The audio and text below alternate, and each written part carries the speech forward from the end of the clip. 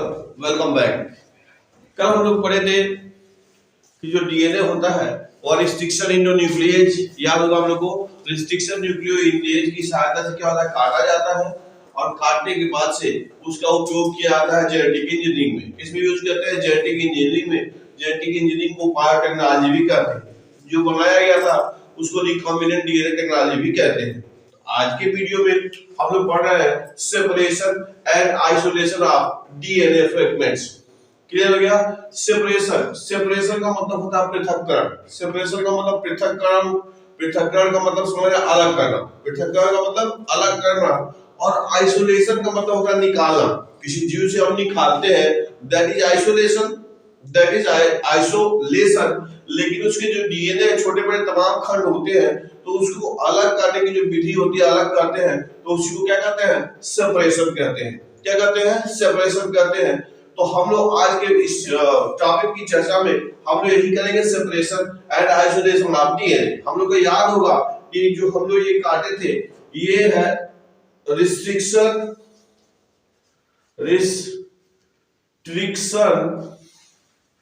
इंडोन्यूक्लियेज, इंडोन्यूक्लियेज। याद होगा कि जो डीएनए जो काटने का काम होता है, रिस्ट्रिक्शन इंडोन्यूक्लियेज होता था, वही एंजाइम है जो काटने का काम करता है। कौन काटता है? रिस्ट्रिक्शन इंडोन्यूक्लियेज। उसी की सहायता से क्या करते हैं? डीएनए को काटते हैं। ठीक है। अब इसके बाद से इसमें क्या करते हैं? इसका जो सेपरेशन की प्रक्रिया है,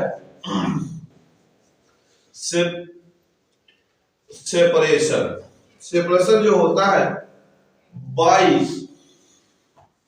जेल इलेक्ट्रोफोरेसिस।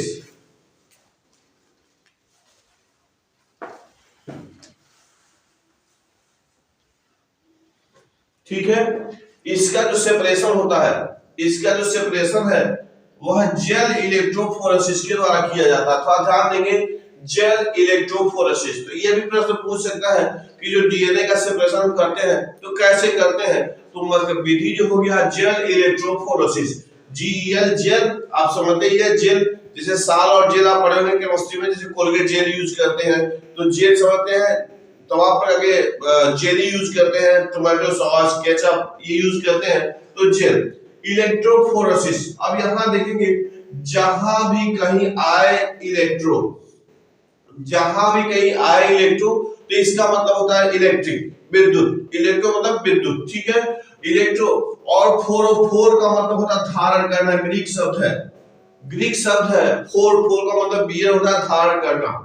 तो ये पूरी विधि को हो गया जेल इलेक्ट्रोफोरेसिस। यानी कि जो डीएनए का जो सेपरेशन होता है वह जेल इलेक्ट्रोफोरेसिस के द्वारा किया जाता है। अब जेल इलेक्ट्रोफोरेसिस, अब उसमें क्या करते हैं अगर देखेंगे तो जो डीएनए के जो मॉलिक्यूल्स होते हैं, जो डीएनए के जो मॉलिक्यूल्स होते हैं वह निगेटिवली चार्ज होते हैं। तो आगे हम लिख दिया जाए DNA fragments,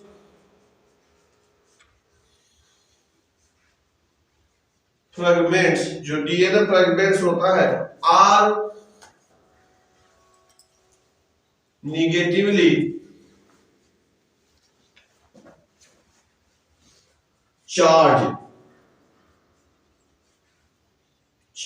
molecules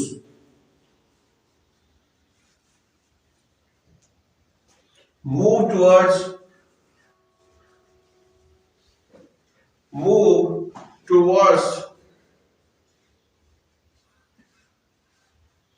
the anode under electric field।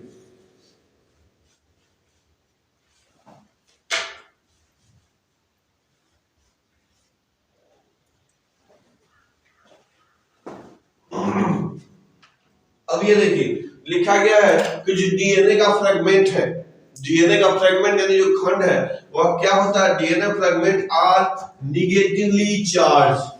Clear? कि जो डीएनए के जो मॉलिक्यूल्स होते हैं, जो खंड होते हैं वह क्या होते हैं? निगेटिवली चार्ज होते हैं, रिडायन होते हैं, रिडावेसित होते हैं। बात समझ में आया? तो जब रिडावेसित होते हैं तो अब यहाँ देखिए जब हम उसको इलेक्ट्रिक फील्ड में रखते हैं, वैद्युत क्षेत्र में रखते हैं, याद होगा आपको कि जब वैद्युत क्षेत्र की बात आती है तो वैद्युत क्षेत्र में जो आवेश होते हैं उनका माइग्रेशन होता है, एक तरफ से दूसरी तरफ जाते हैं, एक तरफ से दूसरी तरफ जाते हैं। और यह भी क्या होता है, इसमें आप ये पढ़ोगे कि अपोजिट पोल की तरफ जाते हैं, अपोजिट पोल की तरफ, विपरीत ध्रुव की तरफ जाते हैं।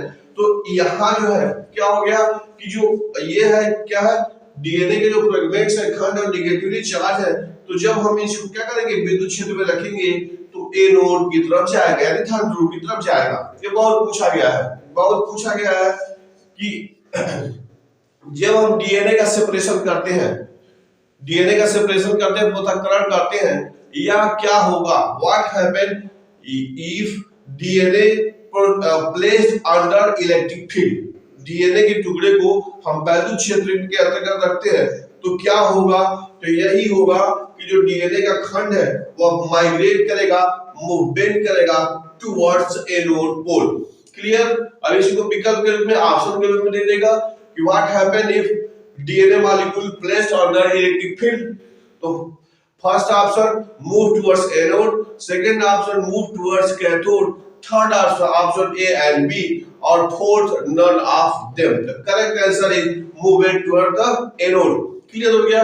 इसके अलावा हम लोगों ने देखा था कि इसका जो पृथक्करण होता है, जो हम लोग किए थे, या देखिए लिखा गया सेपरेशन, कौन सी विधि यूज किया गया था, इलेक्ट्रोफोरेसिस। इलेक्ट्रोफोरेसिस विधि का उपयोग करते हैं, इसके सहायता से क्या होता है, इसका हम लोग पृथक्करण यानी अलग करने का काम करते हैं।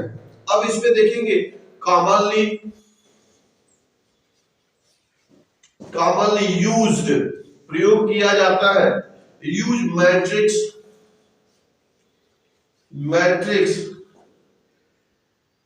Is agarose. एगारोज यह क्या होता है, नेचुरल पॉलीमर है, नेचुरल पॉलीमर है, एक्सट्रैक्टेड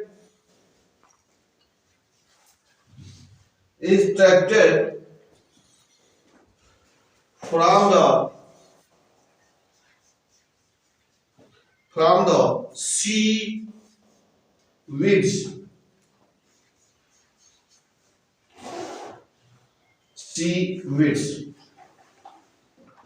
क्लियर हो गया। अब इसमें लिखा गया है कि इस यानी कि किस, इस यानी कि इलेक्ट्रोफोरेसिस में, जेल इलेक्ट्रोफोरेसिस के में हम क्या करते हैं, मैट्रिक्स यूज करते हैं। मैट्रिक्स का मतलब तरल पदार्थ यूज करते हैं जिसमें डीएनए के खंड को रखा जाता है, जिसमें डीएनए के खंड को क्या कहते हैं, रखा जाता है। तो उसको क्या कहेगा, मैट्रिक्स। क्या कहते हैं उसको, मैट्रिक्स। और मैट्रिक्स किसका यूज करते हैं, तो मैट्रिक्स का जो सबसे ज्यादा यूज करने वाला है एगारोज मैट्रिक्स। प्रश्न पूछता है, ये भी पूछ सकता है कि डीएनए के सेपरेशन में कौन से मैट्रिक्स का सबसे ज्यादा उपयोग करते हैं। क्लियर। तो आप यूज करते हैं एगारोज मैट्रिक्स।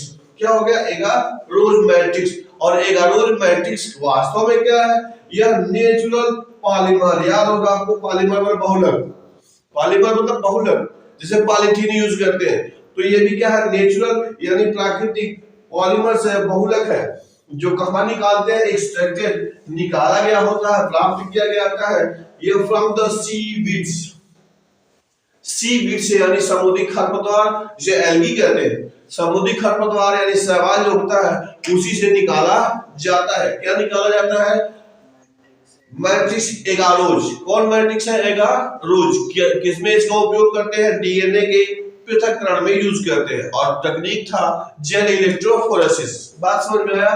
तो इसके यूज करने का काम किया जाता है, तो ये था एगारोज।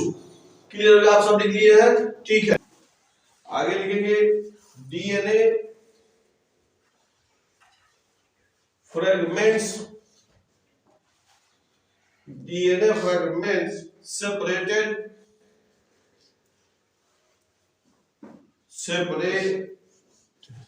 लिख दीजिए, separate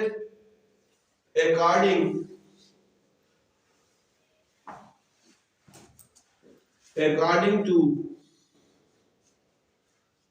their size through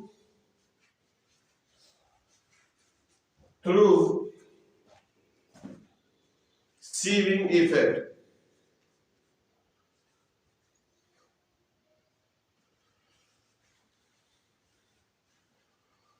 sieving effects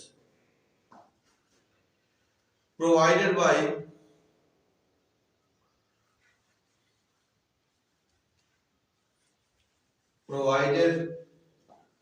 the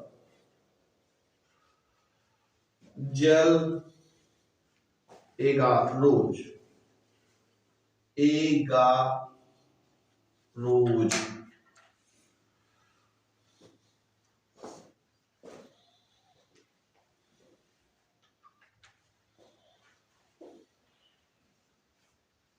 clear हो गया। लिखिए तो लिखा गया डीएनए फ्रैगमेंट्स, डीएनए के खंड सेपरेट हो जाते हैं, अलग हो जाते हैं अकॉर्डिंग टू देयर साइज, उनके आकार के अनुसार। देखिएगा देयर साइज, उनके आकार के अनुसार अलग अलग हो जाते हैं। इस प्रभाव को सीविंग इफेक्ट कहते हैं। सीविंग याद होगा चलनी कहते हैं। सीविंग इफेक्ट चलनी प्रभाव के कारण। अब चलनी प्रभाव देखा जाए तो जो चलनी प्रभाव होता है वह कॉमन मेथड है सेपरेट करने का। यह सामान्य प्रक्रिया है जिसके थ्रू हम क्या करते हैं, पदार्थों को अलग करते हैं। तो इसी को सीविंग इफेक्ट या चलनी प्रभाव कहते हैं। उसके सहायता से उसी के कारण जो डीएनए के फ्रेगमेंट है छोटे, एक तरफ बड़े एक तरफ बीच वाले एक तरफ हो जाते हैं। तो ये लिखा गया है सीविंग इफेक्ट। और ये सीविंग इफेक्ट किसके द्वारा दिया जाता है, provided by gel agarose. Clear हो गया, यानी कि जेल एगारोज के द्वारा जो सीविंग इफेक्ट उत्पन्न किया जाता है उसके थ्रू डीएनए के खंड जो होते हैं उनके साइज के आधार पर अलग अलग हो जाते हैं। क्लियर हो गया। नेक्स्ट लिखेंगे, अगला इस लिखेंगे जो डीएनए फ्रैगमेंट्स है, DNA fragments can be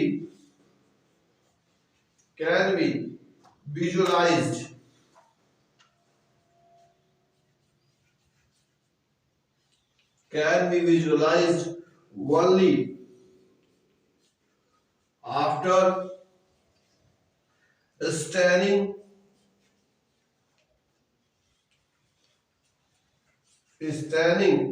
the DNA with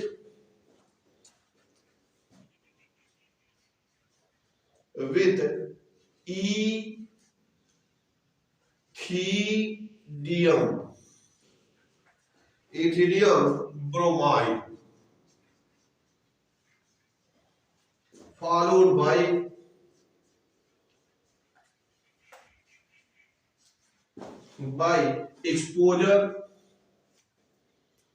exposed in UV light।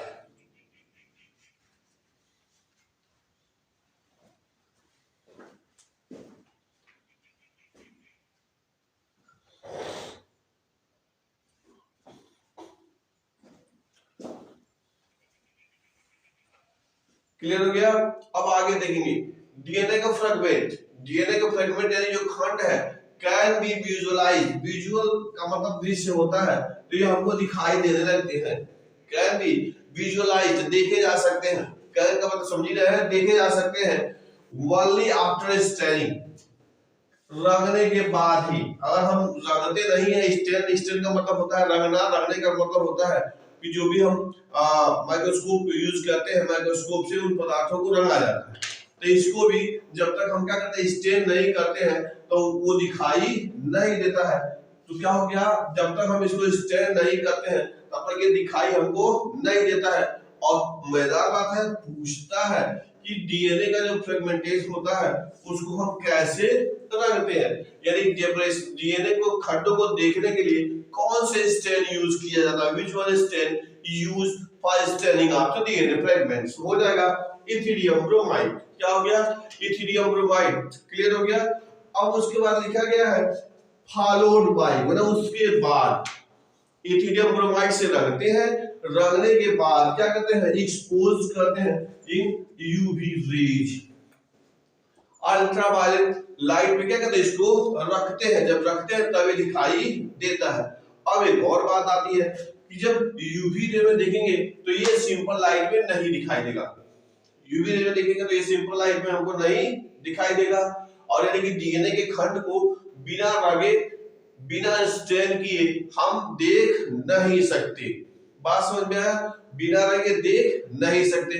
अब इसी को प्रश्न के रूप में पूछ सकता है कि डीएनए का जो हम देखने की जो प्रक्रिया होती है कैसे करते हैं, तो कैसे करते हैं, तो सबसे पहले क्या करेंगे, स्टेनिंग इथिडियम ब्रोमाइड से रंगते हैं। किससे रंगते हैं? इथिडियम ब्रोमाइड से। और उसको रंगने के बाद क्या करते हैं, उसपे एक्सपोजर करते हैं। किस पर एक्सपोजर करते हैं? यूवी लाइट पर। ठीक है, तो प्रश्न पूछता है कि किसे रंगते हैं, ये तो क्लियर हो गया। क्या करते हैं, ये भी क्लियर हो गया। यही रंगते स्टेन करते हैं, स्टेन करने के बाद यूवी लाइट पे हम एक्सपोज करते हैं तो हमको दिखाई देता है। तो प्रश्न पूछेगा क्या हम इसे नॉर्मल लाइट में देख सकते हैं? तो नहीं देख सकते, वी कांट सी क्या होगा, नॉर्मल लाइट विदाउट स्टेनिंग। ठीक है, स्टेन करने के बाद भी हमको यूवी लाइट की जरूरत पड़ेगी देखने के लिए। बात समझ में आया? और ये भी जब हम रंगते हैं तो किस कलर का दिखाई देता है? ऑरेंज कलर का दिखाई देता है। किस कलर का दिखाई देता है? ऑरेंज कलर का। जब हम स्टेन करते हैं तो ये जो होता है, जो डीएनए के खंड जो होते हैं वो क्या ऑरेंज कलर के दिखाई देते हैं। तो ये भी प्रश्न पूछ सकता है कि जब हम डीएनए का खंडों को जो रंगते हैं, स्टेन करते हैं, तो किस कलर का वो दिखाई देता है? एक विकल्प उसमें से ऑरेंज भी जाएगा, दूसरा ब्लू, ब्लैक, ब्राउन कुछ भी दे सकता है। तो चारों विकल्प में एक तो ऑरेंज कलर के वो दिखाई देते हैं, लाइट ऑरेंज, हल्के ऑरेंज का, ऑरेंज के कलर के वो दिखाई देते हैं। कौन? डीएनए के खंड। डीएनए के खंड ऐसे दिखाई देते हैं। ठीक है, इसके बाद से ये लिख लिया जाए, bands cut and extracted from the gel pieces, PIECE process known as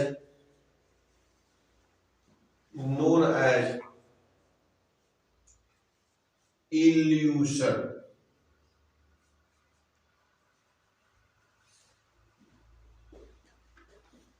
process known as elution.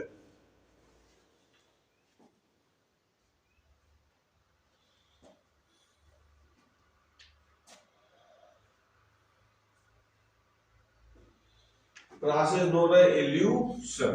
अब इसका क्या मतलब है? इसका मतलब यही है कि जो ये है, अब जब हम क्या करते हैं, इसको डीएनए का जो बैंड रखते हैं जेल एगारोज में, तो क्या होता है, उसमें पट्टियां बन जाती है। और पट्टियां बन जाती है तो पट्टियों को क्या करते हैं, जेल एगारोज से काट कर अलग करते हैं। काट के अलग कैसे करते हैं अभी समझेंगे। काट कर अलग करते हैं तो अलग करने की क्रिया को कहते हैं इल्यूशन। क्या करते हैं? इल्यूशन। अब किसे कहते हैं इल्यूशन? आप थोड़ा सा देख लीजिए।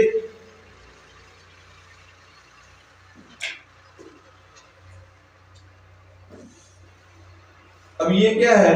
ये जेल इलेक्ट्रोफोरेसिस है। ये जेल इलेक्ट्रोफोरेसिस है। अब इसमें क्या होता है, इसमें जगह जगह ऐसे बेल पर ए ऐसे लिखा होता है, A B C D। ठीक है, अब यहाँ पे जगह जगह पे क्या होता है, ऐसे बेल, ऐसे पॉइंट्स बने होते हैं,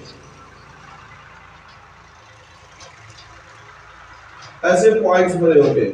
कभी कभी जैसे आप देखे होंगे किट आता है मलेरिया की जांच के लिए, मलेरिया की जांच के लिए, शुगर के तमाम प्रकार किट आते हैं। तो किट में एक जगह होता है जहां पे हमको मटेरियल को प्लेस्ड करना होता है। तो यहाँ पे भी जेल जो इलेक्ट्रोफोरेसिस का जो ये किट है, इस तरह से इसमें क्या होता है, ऐसे बेल बना होता है, जगह बनी होती है कुआं।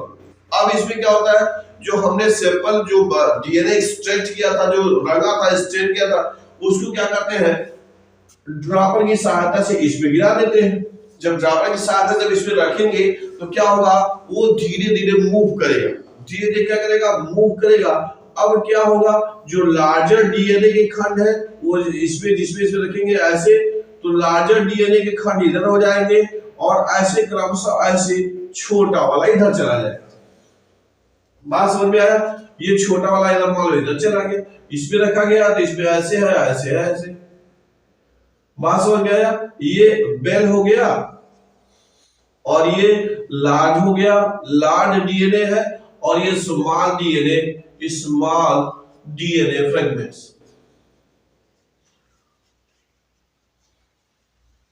क्लियर हो गया? ये स्मॉल डीएनए फ्रेगमेंट्स है। तो हम लोग ये क्या कर रहे हैं, प्रोसेस सेपरेट कर रहा है, अलग कर रहा है, सेपरेट कर रहा है, अलग कर रहा है। किसको अलग कर रहा है? डीएनए के खंडों को। किससे? उसके मिश्रण से, जो हमको प्राप्त हो उससे अलग कर रहा है। तो जो हम यहाँ रखते हैं तो वो अपने भार के अनुसार क्या होगा, बड़ा वाला जैसे कम मूवमेंट करेगा, छोटा वाला ज्यादा गति करेगा। तो क्या हो गया, जो बड़ा वाला खंड है वह इधर हो जाएगा और छोटा वाला दूर की तरफ चला जाएगा। यानी कि जो डीएनए है वह अपने साइज के अनुसार, याद होगा आप लोग पहले लिखे थे सीविंग इफेक्ट, पहले पढ़े थे सीविंग इफेक्ट कहते हैं। तो वे साइज के आधार पे क्या होता है, अलग अलग पट्टियों में व्यवस्थित हो जाता है। बड़ा वाला इधर, छोटा वाला उससे दूर। बात समझ में आया? अब ये तो पट्टियों के रूप में हो गया। अब क्या करते हैं, जब ये पूरा प्रोसेस कंप्लीट हो जाता है तो ये जेल एगारोज का मैट्रिक्स है, जेल एगारोज का मैट्रिक्स है। अब इसको हम क्या करें, इसे हम काट के, इसको अगर मान लीजिए हमको सपोज ये छोटा वाला डीएनए फ्रेगमेंट चाहिए तो हमने काट के इसको यहां से अलग कर लिया, क्योंकि ये एगारोज मैट्रिक्स है, ये कोई बहुत वो हार्ड पदार्थ नहीं है। अगर हमको बीच वाला चाहिए तो हमको इसको काट के यहां से निकाल लिए। आपको बड़ा वाला खंड चाहिए, डीएनए का बड़ा वाला खंड चाहिए, तो यहां से हमने ऐसे लिया, ऐसे काट के निकाल दिया। ठीक है, तो यही प्रोसेस लिखा गया है, इज नोन एज इल्यूशन। क्या हो गया, इल्यूशन। किसको कहते हैं, यानी कि बैंड, जो पट्टियों के रूप में जो डीएनए का खंड बना हुआ था उसको एक्सट्रैक्ट करते हैं। कैसे करते हैं, जेल से पीस के रूप में, टुकड़े के रूप में काट लेते हैं और इसी प्रक्रिया को इल्यूशन कहते हैं। बात समझ में आ गया? इल्यूशन यानी कि process of separation of DNA from agarose gel या matrix is known as elution. अब किसके आधार पर निकाला गया था, अकॉर्डिंग टू देयर साइज। और याद होगा आपकी किताब में ये दिया है कि जब ध्यान से देखें कि ये जो स्थान है जहां हमको डाला है वो कौन सा स्थान है, जहां हम वो डीएनए के जो हिस्से को जो डालते हैं, मिश्रण है, जो छोड़ा कहां है, तो दिखा देंगे क्या है कि जो वेल बना है, कुआं जैसी संरचना बनी है, उसी पे हम डाल देते हैं with the help of dropper की सहायता से डालते हैं। और एक और प्रश्न बन सकता है कि जब हम सेपरेट करते हैं, एगारोज मैट्रिक्स में करते हैं, तो बड़ा वाला किधर रहता है और छोटा वाला फ्रेगमेंट किधर रहता है? तो बड़ा वाला फ्रेगमेंट क्या होगा, बेल के नजदीक रहेगा, लेकिन छोटा वाला उससे दूर चला जाएगा। और दूर जाने के बाद क्या करते हैं, हम उसको काट कर निकाल देते हैं। क्लियर हो गया?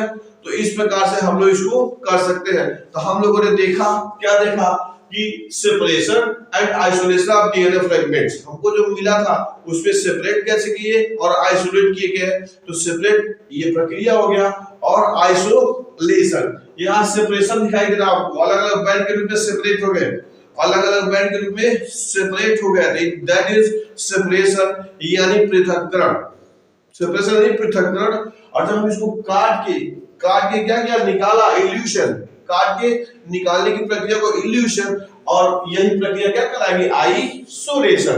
क्लियर हो गया? Separation and isolation both are other term, दोनों अलग अलग शब्द है। मतलब समझ गए, यहां से हमने सेपरेट किया और निकाल लिया, निकालने की प्रक्रिया को इल्यूशन कर दिया गया। तो इस प्रकार से हमने इसमें देखा और फिर हो गए। Thank you.